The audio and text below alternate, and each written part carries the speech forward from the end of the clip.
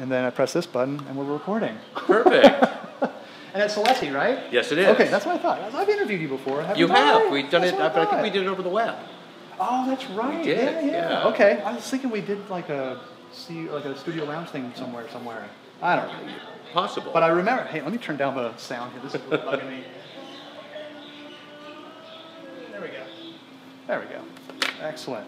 See, we're already live. Yeah, works great. All right, Joe, if you are ready, I am ready. And I you am guys ready. Are right down there, huh? We are. We're just right down here. Okay, and it was great to sponsor CU Business, or excuse me, CUES, and be here with CU Broadcast. Right on. Thank you very much. Hey, and speaking of, we are here at the CU's Symposium, CEO Chairman Exchange, in a beautiful place called Kauai.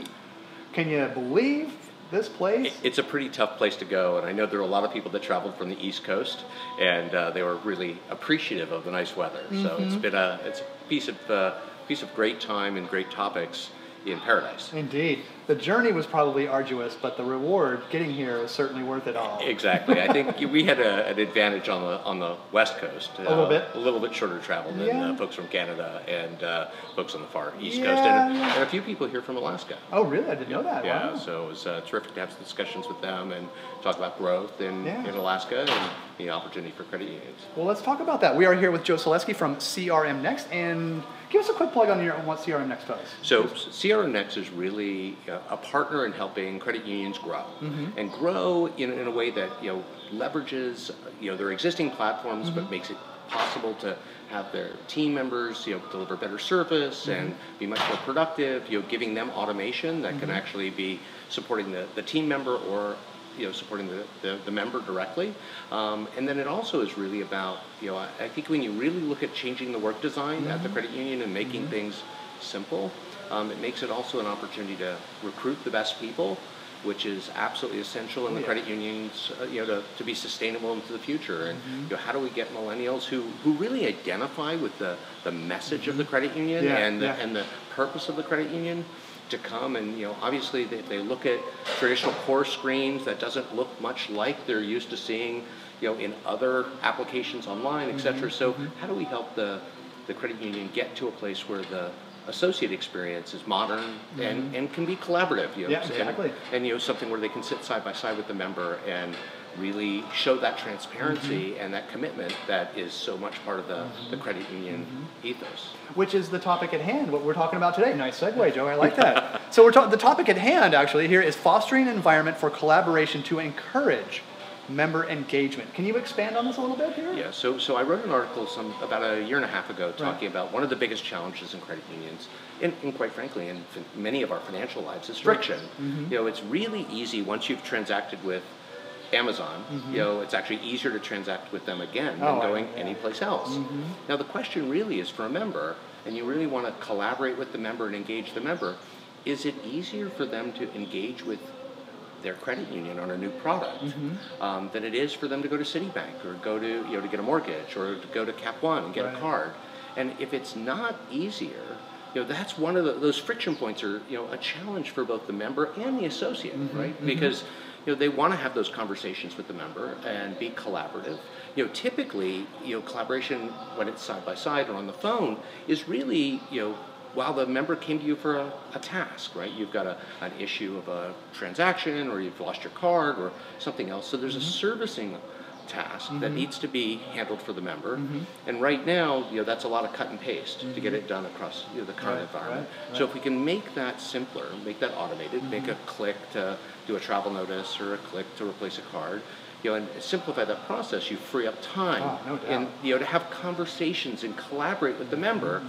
But that's not enough. So there's got to be a place for that collaboration to happen, and even provide the associate with structured conversations. So, and then the opportunity to talk to the member about their needs, in that collaboration. And one of the things I talk about all the time is we look at PFM, personal financial management tools like Mint, and that was really for somebody to help themselves. Why are we not using those in the credit union to sit down with somebody side by side and talk about and look where they're spending strengths and weaknesses? You've got a lot going on in your credit cards right now. Why don't we get a credit line and pay those off? And let's free up, and now we can use that to improve your credit score. And really, that's collaboration. But now collaboration really requires you also to be able to take action, right? So there's knowledge and action. And that, today, if the member says, oh yes, I would like that credit line, and it's going to take 30 minutes to fill out the application because the LOS is completely separate from your core, you've got this issue of cut and paste, which you might not want to do there side by side with the member, or you'll hide the screens as you do it. Right. So part of the trick to collaboration is that opportunity to collaborate, the knowledge around collaboration, and then the ability to actually take action and make it easier to onboard a member, and take out that friction that I was talking about. Yeah. I think we're all I'm glad you mentioned the Amazon, because we're all kind of like, they're setting the bar right now, and it's a challenge for any organization, let alone a credit union, to kind of meet that bar or even get close to it. What can they do? Well, I think there's places we can help. You have great people and you've got great assets in your systems. They're great systems of transaction, and there tend to be great systems of payment and other types of processing, but they're not necessarily great systems of interaction, especially because they're different. If the work design is that the credit union associate has to go over here for this and over there for that, and another system to type in what they discussed with the customer, and there's no facilitation or automation, that's a challenge. And what Amazon would tell you all the way through is that behind the scenes, Amazon is quite complex. Right, managing stock in different warehouses and all of that logistics capability is really complex, but it's really, really easy to take an order. It's really, really easy to track an order. And that was they separated the work design. Whether it's a customer doing that work themselves or they don't have branches where they can be collaborative with someone. Well, actually, maybe they do. That's called a Whole Foods store, right? They do. Yeah. So now they do. But I think you've got that opportunity where they're going to need to collaborate more, talk to a person about products in the Whole Foods store, maybe talk about other services. The credit union has the core mission, and it's got the core purpose and the people that are aligned with those ideals. It's just there's been a missing platform. I liken it to a core and your card processing system. These are all instruments, in a band, and they may even be playing from the same sheet of music, right? But if you actually did that in a band and didn't have a conductor sort of orchestrating the way they work for the audience, you would have something that doesn't sound very good. A little chaotic, yeah. Right. So that's what's been missing. It's a platform that can really orchestrate on behalf of the customer, facilitate for the associate, and that's really the type of system we do. And I think that's different than sort of CRM that's just lead management, or CRM that is sort of marketing automation, which is the way most people think of it. And those types of systems are great for B2B, but they're not really great for financial services, where you've got a relationship that needs to be aware of all of the interactions. Somebody got sent a piece of marketing material, or somebody had another issue, and the member really assumes that we know them, right, and that we facilitate acting well on their behalf. And I think again, the alignment is there of values and needs. There's just been a missing sort of band leader to help orchestrate and automate those processes. Good point. So why is this so important today? Is it kind of keeping up with the Amazon Joneses, or why is this so important for credit unions today? So I think there's probably three different reasons it's incredibly important. One is, we've had a trust crisis in the U.S. where a lot of in the financial sector? In the financial sector, when you really look at institutions that people trusted, and a lot of questions, and people really wondering if a financial institution acts on their behalf, right? Because they're not really a fiduciary. They're a profit-making, reporting to shareholders type of enterprise. So, I think there's an opportunity where you have millennials, you have other classic customers that this last year in 2017 resulted in over a billion in new assets to a lot of credit unions that were ready to receive. But there were a lot of credit unions that have been concerned about growth, and so one of the challenges in the right now is we have a real sort of alignment of timing and sort of the culture of a millennial that really aligns well with the principles of the credit union, you're exactly right. Which are the future of the credit union. So if we don't, get out the net and are able to scoop up the fish while the fish are there, there may not always be there, because financial relationships get established someplace else, and they pick number two or number three, because they didn't know. And they throw down some roots, and it's really hard to uproot that stuff. I mean, it really is. Many of us are still with an institution we tend to tolerate the institution once we get to work with them, instead of actually necessarily really valuing them as much as we might. Right. And so it gets hard to unwind a relationship unless you take advantage of these times when people are voting with their dollars and are really looking at that alignment. So I think that is one. It's really timing right now. Yeah. The other side of it is that credit unions are seeing record sort of retirement of great team members. Yeah. There's a lot of team member turnover, Yeah. and so you have to get to a place where you can bring on great new team members that are going to be with you for a long period of time. And they want to do it ethically. They want to do it. They want to be of service and collaborate with the member. I mean, there's no question.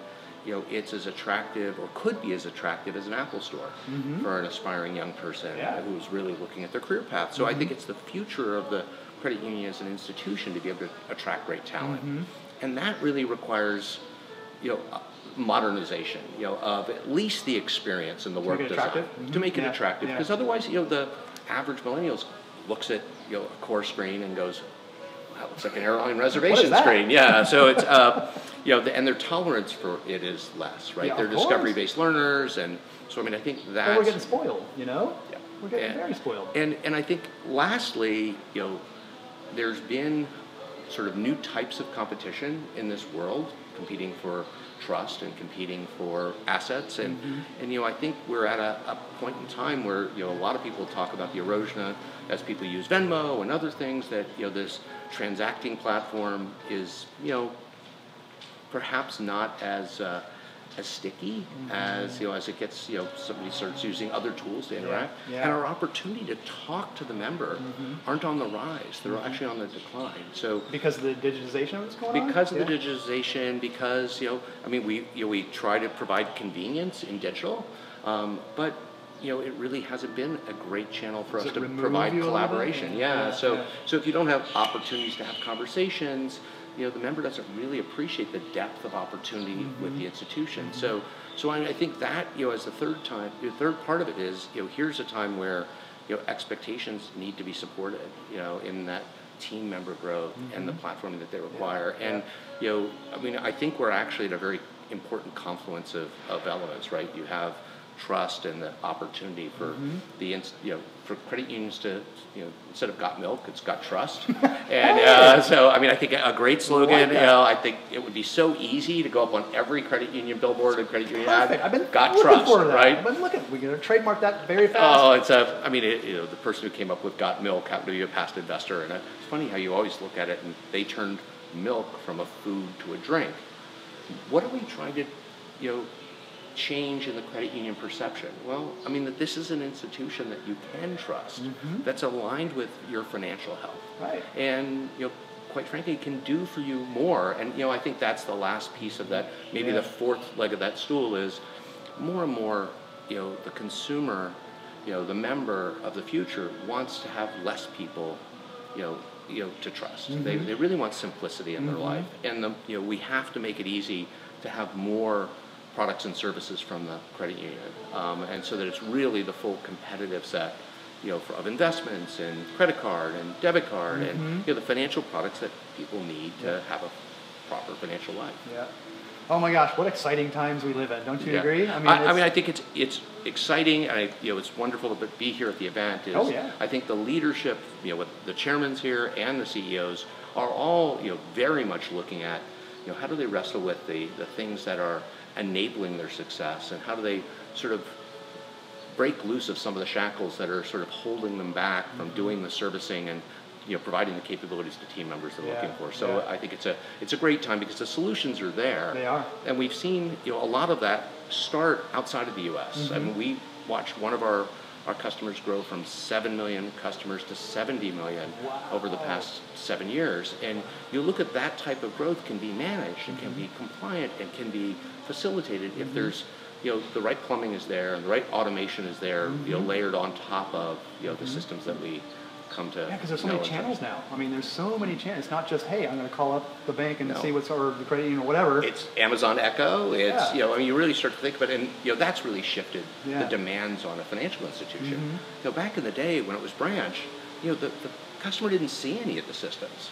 ATMs started to make it 24/7, Yeah. but again, it was still, they were sheltered from, it was mostly cash access or deposit, but it changed with the web, and then it changed again with mobile. Everybody expects real-time alerts. Yeah. Everybody expects, really that convenience part of it, but they also really want service. And I think that, the last threat that's out there is, a bank of Amazon. Where there's no question that they will be a low-cost provider of some basic financial services, and people could say whether or not they want a bank charter, or would they take a credit union charter and make that a nonprofit part of their business? I mean, why wouldn't they? I mean, the members of Prime being members of a credit union. I mean, all of those things possible. But what they won't have is the community presence that makes credit unions part of a community, and I think that marketing dollars, for every dollar you spend on marketing, you get 5 times the effect if you have a branch footprint than if you don't. Wow. And with branch closures averaging about 3 a day in the retail banking world, I think the credit unions have this huge opportunity to keep that community presence, keep that service model, and empower it so they can double the number of members per financial center, or triple the number of members per, and not have to grow team, but grow, sort of the ease and automation that the team uses to serve the member better. I learned a new term a couple of weeks ago. I interviewed the folks from Root Banking. I don't know if you've heard of them. And his name is Matt Krogstad. I know Matt from the prior work in mobile. There we go. But he came up with a term called phygital. Digital. It's combining the best of physical and digital, and keeping in touch with the members that are members, customers, whatever, what have you, that way. And it's like brilliant. Yeah, no, I think he was at Bank of the West. I think was, one of the places he was at. But before that, he was at MCOM, I believe. Doing mobile when we were doing Clairmail. So a great guy, and I think physical and digital makes a lot of sense. I mean, I think you've got a huge opportunity. I mean, there's even a company now, I won't give them a plug yet, but we'll talk about them as they're more in market, that using the transaction data at the credit union without any other social data or anything else, you can find out who your members are that are influencers. And it basically, it's figured out the social graph based on the transaction graph. So people that shop, where other people follow them to the same place, add a pattern. It's a very fascinating piece of AI, but it lets you know who your members are, that if they leave, others are going to leave. And then the question is, what do we do in service? How do we support that relationship, understanding it's pivotal to more than just one member? I mean, and I think the credit unions are aligned to do great things, but so phygital, AI, I mean, eventually it all comes down to great service. That's right. And great relationships. And I think that's the piece that is really the exciting part today, because I think that right now the average person on the street is looking for transparency and collaboration, and looking for relationships that they can really count on. And and as you said, Amazon has set a bar, that it should be frictionless. To go from 1 product to 2 products to 3 products should be easy. And just because they're financial products doesn't mean we can't leverage our current insight and current data on the customer to make it easier. It should really be easier for them to do more business with a credit union than go to someone else. Of course. So great message to end on. Joe, this turned out to be quite the conversation. Oh, glad to be here and glad to catch up, and looking forward to it. And we just did another white paper. Well, if anybody wants to email, I guess you could just email joe.selesky@serumnext.com. We'll send you out a white paper that's really talking about sort of the 4 guidelines we think are easy fixes. And I guess I'll leave on one note. Alrighty. I'd love everybody who's listening to your broadcast to try a simple test inside their branches. Instead of greeting the member, hi, my name's Joe, how can I help you, or can I help you? I'd love you to start off that conversation with, hi, my name's Joe, I can help you, and make a commitment, not a question.